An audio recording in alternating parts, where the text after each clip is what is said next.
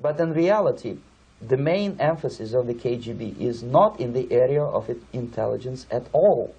According to my opinion and opinion of many defectors of my caliber, only about 15% of time, money, and manpower is spent on espionage as such. The other 85% is a slow process which we call either ideological subversion or active measures, активные мероприятия in the language of the KGB, or psychological warfare. What it basically means is to change the perception of reality of every American to such an extent that despite of the abundance of information, no one is able to come to sensible conclusions in the interests of defending themselves, their families, their community, and their country. It's a great brainwashing process which goes very slow, and it's divided in 4 basic stages. The first one being demoralization. It takes from 15 to 20 years to demoralize a nation. Why that many years? Because this is the minimum number of years which requires to educate one generation of students in the country of your enemy, exposed to the ideology of the enemy. In other words, Marxism-Leninism ideology is being pumped into the soft heads of at least 3 generations of American students without being challenged or counterbalanced by the basic values of Americanism, American patriotism. The result you can see. Most of the people who graduated in the 60s, dropouts or half-baked intellectuals, are now occupying the positions of power in the government, civil service, business, mass media, educational system. You are stuck with them. You cannot get rid of them. They are contaminated. They are programmed to think and react to certain stimuli in a certain pattern. You cannot change their mind, even if you expose them to authentic information, even if you prove that white is white and black is black. You still cannot change the basic perception and the logic of behavior. In other words, these people, the process of demoralization is complete and irreversible.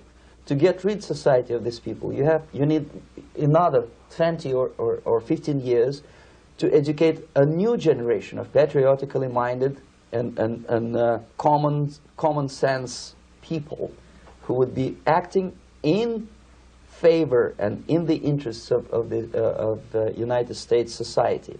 And yet these people who've been programmed and, as you say, in place, and who are favorable to an opening with the Soviet concept, these are the very people who would be marked for extermination in this country? Most of them, yes. Simply because the psychological shock when they will see in future what the beautiful society of equality and social justice means in practice, obviously they will revolt. They will be very unhappy, frustrated people. And the Marxist-Leninist regime does not tolerate these people. Obviously they will join the links of dissenters, dissidents. Unlike in present United States, there will be no place for dissent in future Marxist-Leninist America. Here you can get popular like Daniel Ellsberg and filthy rich like Jane Fonda for being dissident, for criticizing your Pentagon. In future, these people will be simply squashed like cockroaches.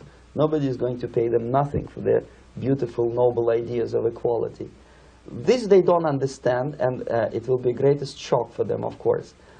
The demoralization process in the United States is basically completed already. For the last 25 years, actually it's overfulfilled, because demoralization now reaches such areas where previously not even Comrade Andropov and all his experts would even dream of such a tremendous success. Most of it is done by Americans to Americans, thanks to lack of moral standards. As I mentioned before, exposure to true information does not matter anymore. A person who was demoralized is unable to assess true information. The facts tell nothing to him. Even if I shower him with information, with authentic proof, with documents, with pictures, even if I take him by force to the Soviet Union and show him concentration camp, he will refuse to believe it.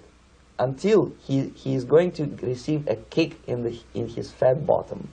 When a military boot crashes then he will understand, but not before that. That's the tragic of the situation of demoralization.